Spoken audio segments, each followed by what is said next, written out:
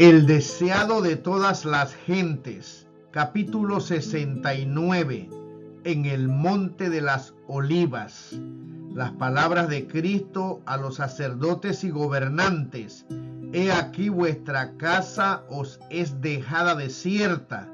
Habían llenado de terror su corazón, afectaban indiferencia, pero seguían preguntándose lo que significaban esas palabras.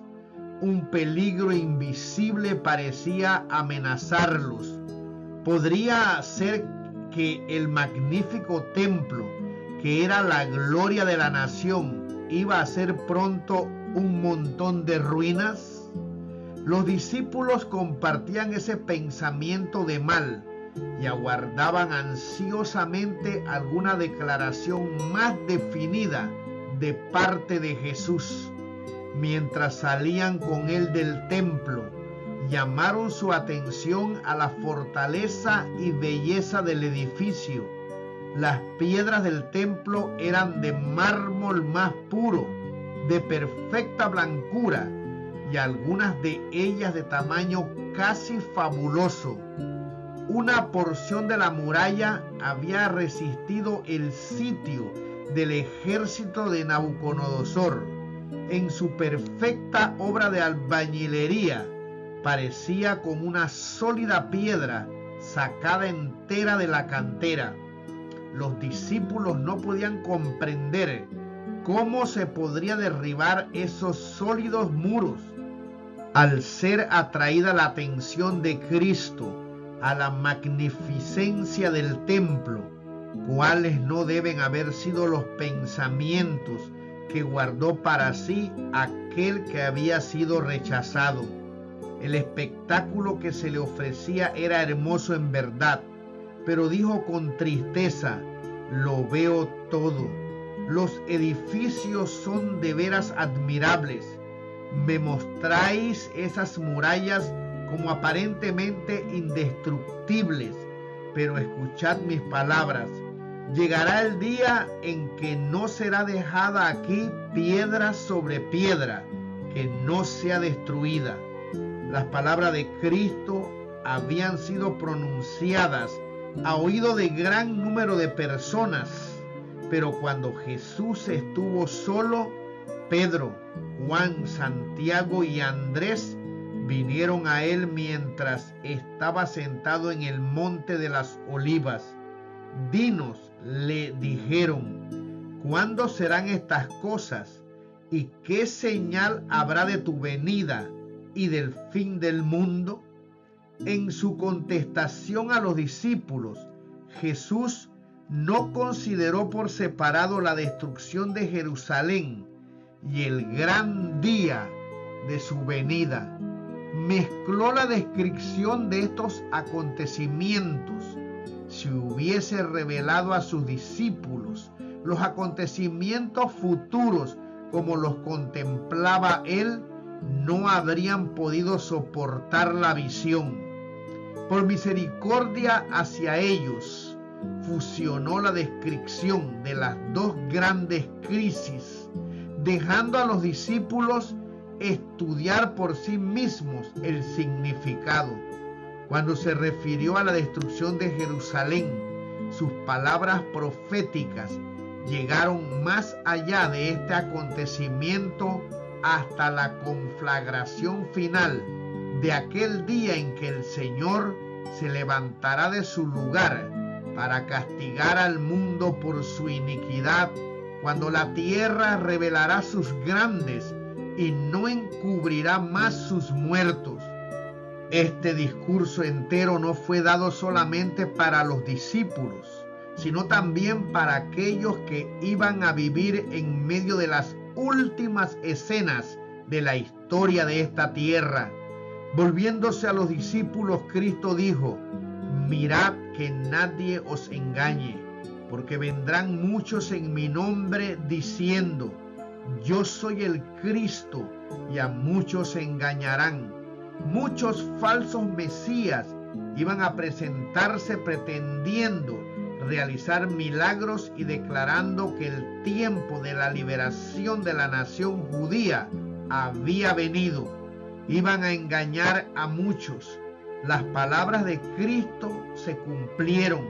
Entre su muerte y el sitio de Jerusalén aparecieron muchos falsos mesías, pero esta amonestación fue dada también a los que viven en esta época del mundo. Los mismos engaños practicados antes de la destrucción de Jerusalén han sido practicados a través de los siglos y lo serán de nuevo. Y oiréis guerras y rumores de guerras. Mirad que no os turbéis, porque es menester que todo esto acontezca, mas aún no es el fin. Antes de la destrucción de Jerusalén, los hombres contendían por la supremacía, se mataban emperadores, se mataba también a los que se creían más cercanos al trono. Había guerras y rumores de guerra. Es menester que todo esto acontezca, dijo Cristo, mas aún no es el fin, porque se levantará nación contra nación y reino contra reino, y habrá pestilencias, hambres y terremotos por los lugares, y todas estas cosas, principio de dolores. Cristo dijo: a medida que los rabinos vean estas señales, declararán que son los juicios de Dios sobre las naciones por mantener a su pueblo escogido en servidumbre. Declararán que estas señales son indicios del advenimiento del Mesías. No os engañéis, son el principio de sus juicios. El pueblo se miró a sí mismo, no se arrepintió ni se convirtió para que yo los sanase. Las señales que ellos presenten como indicio de su liberación de la servidumbre os serán señales de su destrucción. Entonces os entregarán para ser afligidos y os matarán, y seréis aborrecidos de todas las gentes por causa de mi nombre. Y muchos entonces serán escandalizados y se entregarán unos a otros, y unos a otros se aborrecerán. Todo esto lo sufrieron los cristianos. Hubo padres y madres que traicionaron a sus hijos, e hijos que traicionaron a sus padres. Amigos hubo que entregaron a sus amigos al Sanedrín. Los perseguidores cumplieron su propósito, matando a Esteban, Santiago y otros cristianos. Mediante sus siervos, Dios dio al pueblo judío una última oportunidad de arrepentirse. Se manifestó por medio de sus testigos cuando se los arrestó y juzgó y encarceló. Sin embargo, sus jueces pronunciaron sobre ellos la sentencia de muerte. Eran hombres de quienes el mundo no era digno, y matándolos, los judíos crucificaban de nuevo al Hijo de Dios. Así sucederá nuevamente. Las autoridades harán leyes para restringir la libertad religiosa. Asumirán el derecho que pertenece a Dios solo. Pensarán que pueden forzar la conciencia, que únicamente Dios debe regir. Aún ahora están comenzando y continuarán esta obra hasta alcanzar el límite que no pueden pasar. Dios se interpondrá en favor de su pueblo leal, que observa sus mandamientos. En toda ocasión en que haya persecución, los que la presencian se deciden o en favor de Cristo o en contra de Él. Los que manifiestan simpatía por aquellos que son condenados injustamente demuestran su afecto por Cristo. Otros son ofendidos porque los principios de la verdad condenan directamente sus prácticas. Muchos tropiezan, caen y apóstatan de la fe que una vez defendieron. Los que apóstatan en tiempo de prueba llegarán para conseguir su propia seguridad a dar falso testimonio y a traicionar a sus hermanos. Cristo nos advirtió todo esto a fin de que no seamos sorprendidos por la conducta antinatural y cruel de los que rechazan la luz. Cristo dio a sus discípulos una señal de la ruina que iba a venir sobre Jerusalén y les dijo cómo podían escapar. Cuando viereis a Jerusalén cercada de ejércitos, sabed entonces que su destrucción ha llegado. Entonces los que estuvieren en Judea huyan a los montes, y los que en medio de ella váyanse, y los que estén en los campos no entren en ella, porque estos son días de venganza, para que se cumplan todas las cosas que están escritas. Esta advertencia fue dada para que la recordasen 40 años más tarde, en ocasión de la destrucción de Jerusalén. Los cristianos obedecieron la amonestación, y ni uno de ellos pereció cuando cayó la ciudad. Orad pues, que vuestra huida no sea en invierno ni en sábado, dijo Cristo. El que hizo el sábado no lo abolió clavándolo en su cruz. El sábado no fue anulado por su muerte. 40 años después de su crucifixión, había de ser considerado todavía sagrado. Durante 40 años, los discípulos debían orar porque su huida no fuese en sábado. De la destrucción de Jerusalén, Cristo pasó rápidamente al acontecimiento mayor, el último eslabón de la cadena de la historia de esta tierra, la venida del Hijo de Dios en majestad y gloria. Entre estos dos acontecimientos estaban abiertos a la vista de Cristo largos siglos de tinieblas, siglos que para su iglesia estarían marcados con sangre, lágrimas y agonía. Los discípulos no podían entonces soportar la visión de estas escenas, y Jesús las pasó con una breve mención. Habrá entonces grande aflicción, dijo, cual no fue desde el principio del mundo hasta ahora ni será.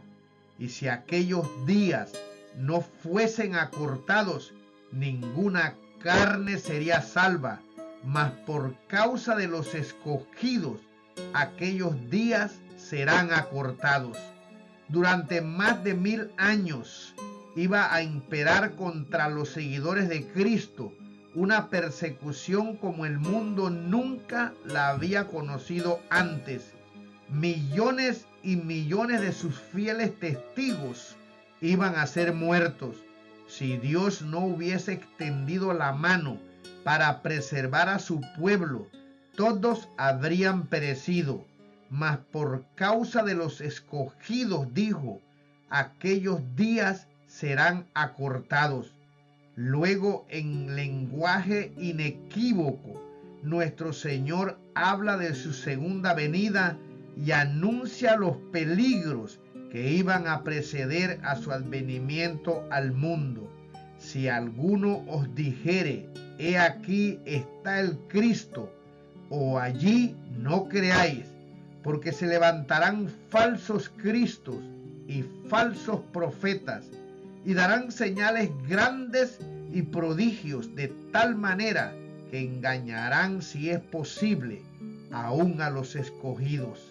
He aquí, os lo he dicho antes, así que si os dijeren, he aquí en el desierto está, no salgáis, he aquí en las cámaras, no creáis, porque como el relámpago que sale del oriente y se muestra hasta el occidente, así será también la venida del Hijo del Hombre.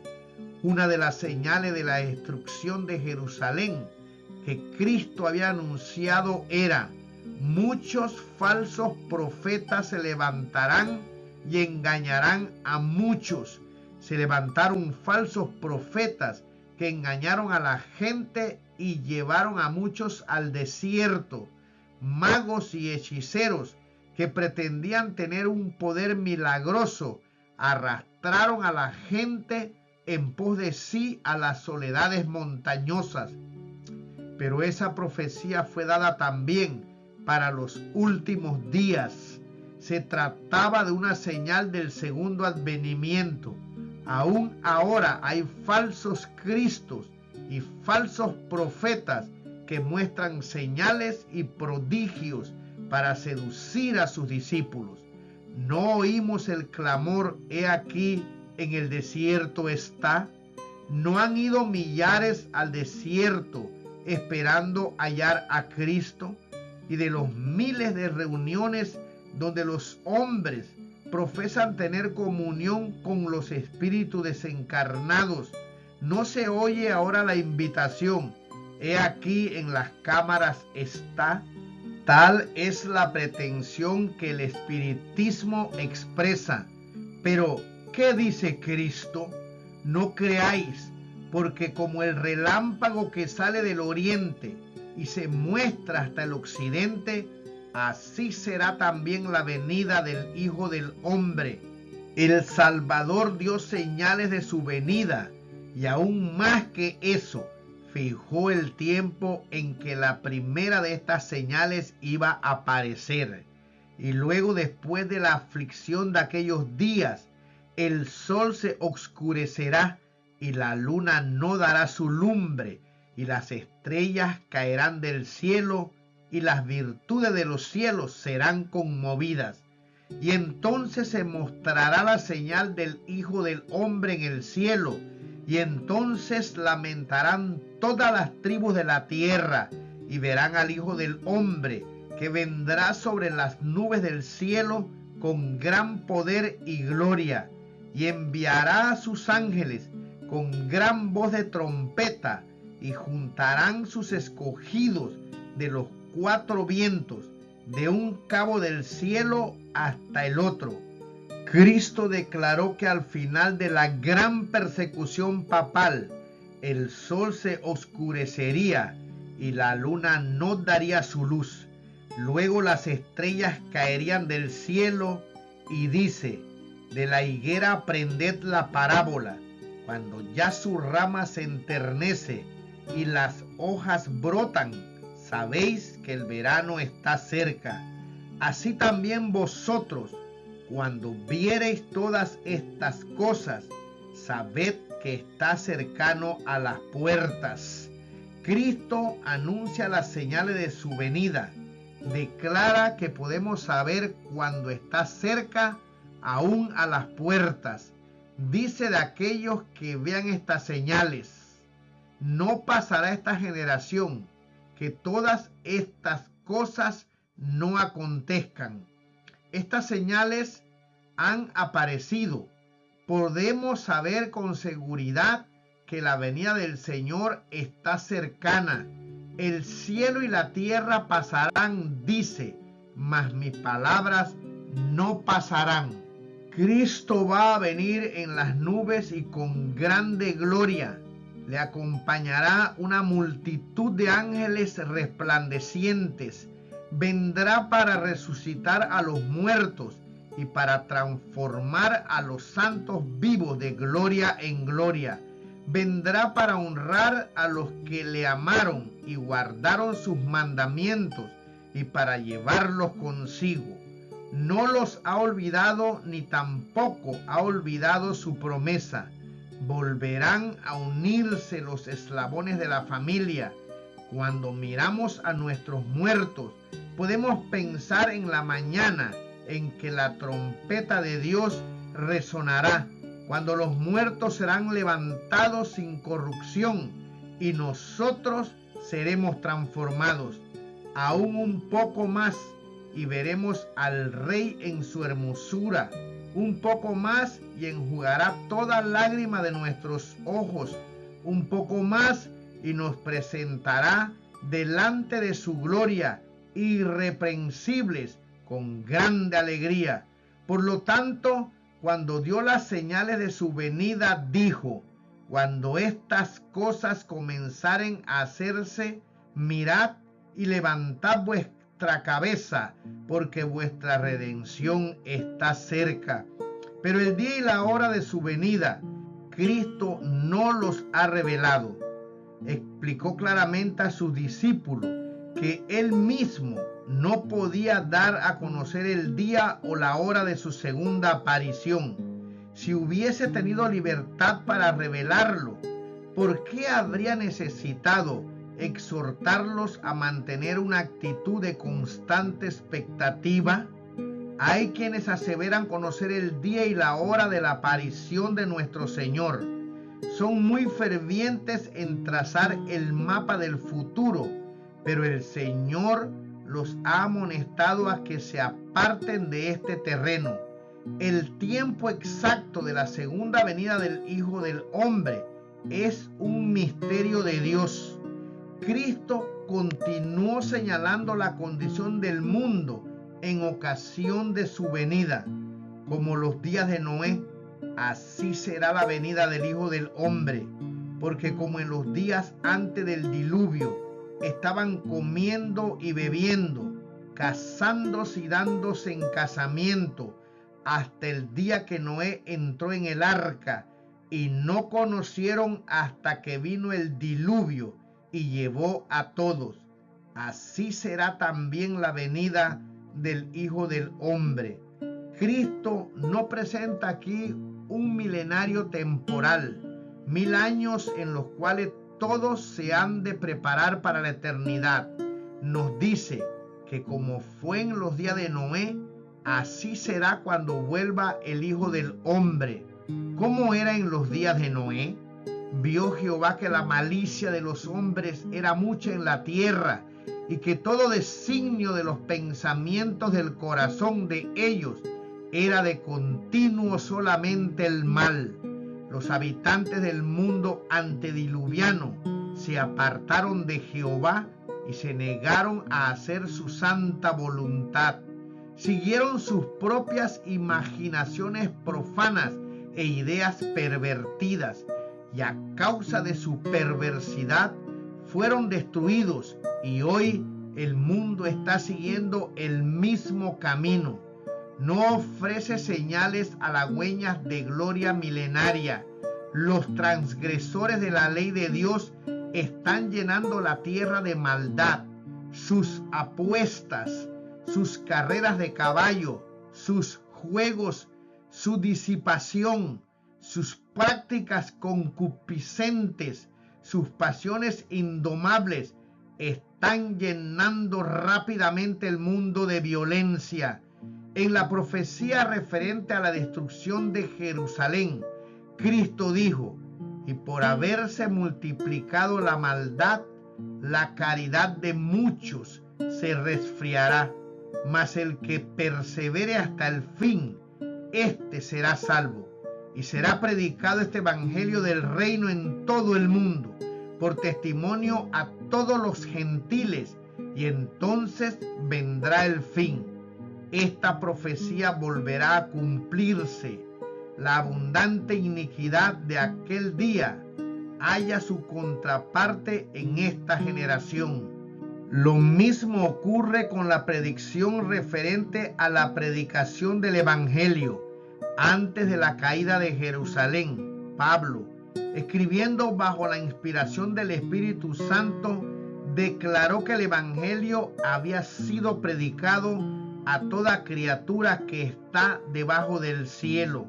Así también ahora, antes de la venida del Hijo del Hombre, el evangelio eterno ha de ser predicado a toda nación y tribu y lengua y pueblo. Dios ha establecido un día en el cual ha de juzgar al mundo. Cristo nos dice cuándo ha de iniciarse ese día.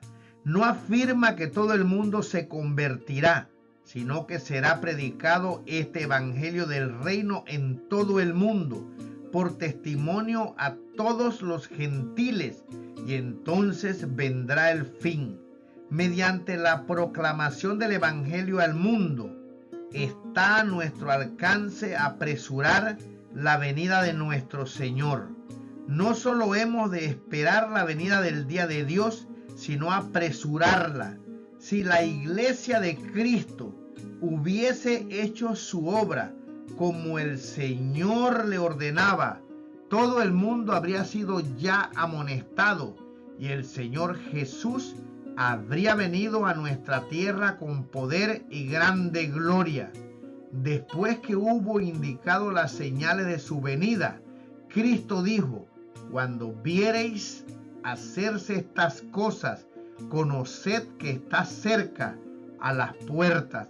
Mirad, velad y orad. Dios advirtió siempre a los hombres los juicios que iban a caer sobre ellos. Los que tuvieron fe en su mensaje para su tiempo y actuaron de acuerdo con ella, en obediencia a sus mandamientos, escaparon a los juicios que cayeron sobre los desobedientes e incrédulos. A Noé fueron dirigidas estas palabras: entra tú y toda tu casa en el arca, porque a ti he visto justo delante de mí. Noé obedeció y se salvó. Este mensaje llegó a Lot: levantaos, salid de este lugar, porque Jehová va a destruir esta ciudad. Lot se puso bajo la custodia de los mensajeros celestiales y se salvó. Así también los discípulos de Cristo fueron advertidos acerca de la destrucción de Jerusalén. Los que se fijaron en las señales de la ruina inminente y huyeron de la ciudad escaparon a la destrucción. Así también ahora hemos sido advertidos acerca de la segunda venida de Cristo y de la destrucción que ha de sobrecoger al mundo. Los que presten atención a la advertencia se salvarán, por cuanto no sabemos la hora exacta de su venida. Se nos ordena que velemos. Bienaventurados aquellos siervos a los cuales cuando el Señor viniere hallare velando. Los que velan esperando la venida de su Señor no aguardan en ociosa expectativa. La espera de la venida de Cristo debe inducir a los hombres a temer al Señor y sus juicios sobre los transgresores. Les ha de hacer sentir cuán grande pecado es rechazar sus ofrecimientos de misericordia. Los que aguardan al Señor purifican sus almas obedeciendo la verdad. Con la vigilancia combinan el trabajo ferviente, por cuanto saben que el Señor está a las puertas. Su celo se vivifica para cooperar con los seres divinos y trabajar para la salvación de las almas. Estos son los siervos fieles y prudentes que dan a la familia del Señor a tiempo su ración. Declaran la verdad que tiene aplicación especial a su tiempo, como Enoc, Noé, Abraham y Moisés declararon cada uno la verdad para su tiempo. Así también los siervos de Cristo dan ahora la amonestación especial para su generación. Pero Cristo presenta otra clase. Y si aquel siervo malo dijere en su corazón: mi Señor se tarda en venir, y comenzare a herir a sus consiervos, aún a comer y a beber con los borrachos, vendrá el Señor de aquel siervo en el día que no espera. El mal siervo dice en su corazón: mi Señor se tarda en venir. No dice que Cristo no vendrá, no se burla de la idea de su segunda venida, pero en su corazón y por sus acciones y palabras declara que la venida de su Señor tarda. Destierra del ánimo ajeno la convicción de que el Señor va a venir prestamente. Su influencia induce a los hombres a una demora presuntuosa y negligente. Los confirma en su mundanalidad y estupor. Las pasiones terrenales y los pensamientos corruptos se posesionan de su mente. El mal siervo come y bebe con los borrachos y se une con el mundo en la búsqueda de placeres. Hiere a sus consiervos, acusando y condenando a los que son fieles a su maestro.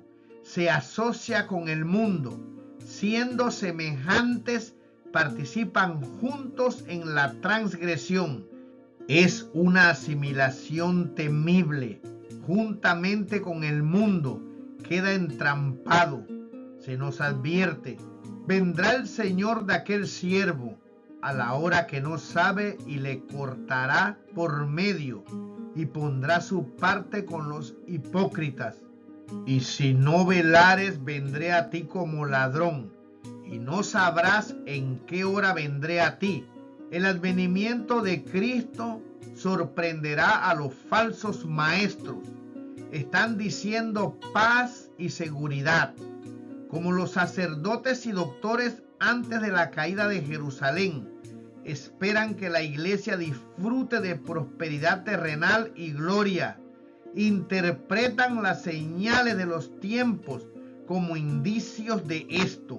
Pero ¿qué dice la palabra inspirada? Vendrá sobre ellos destrucción de repente.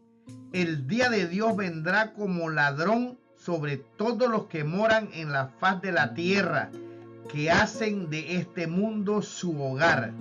Viene para ellos como ladrón furtivo. El mundo lleno de orgías, de placeres impíos, está dormido en la seguridad carnal. Los hombres están postergando la venida del Señor. Se burlan de las amonestaciones. Orgullosamente se jactan diciendo: todas las cosas permanecen así como desde el principio. Será el día de mañana como este o mucho más excelente. Nos hundiremos aún más en el amor a los deleites. Pero Cristo dice: he aquí yo vengo como ladrón. En el mismo tiempo en que el mundo pregunta con desprecio: ¿dónde está la promesa de su advenimiento? Se están cumpliendo las señales. Mientras claman paz y seguridad, se acerca la destrucción repentina. Cuando el escarnecedor, el que rechaza la verdad, se ha vuelto presuntuoso, cuando la rutina del trabajo en las diversas formas de ganar dinero se lleva a cabo sin consideración a los principios, cuando los estudiantes procuran ávidamente conocerlo todo menos la Biblia, Cristo viene como ladrón.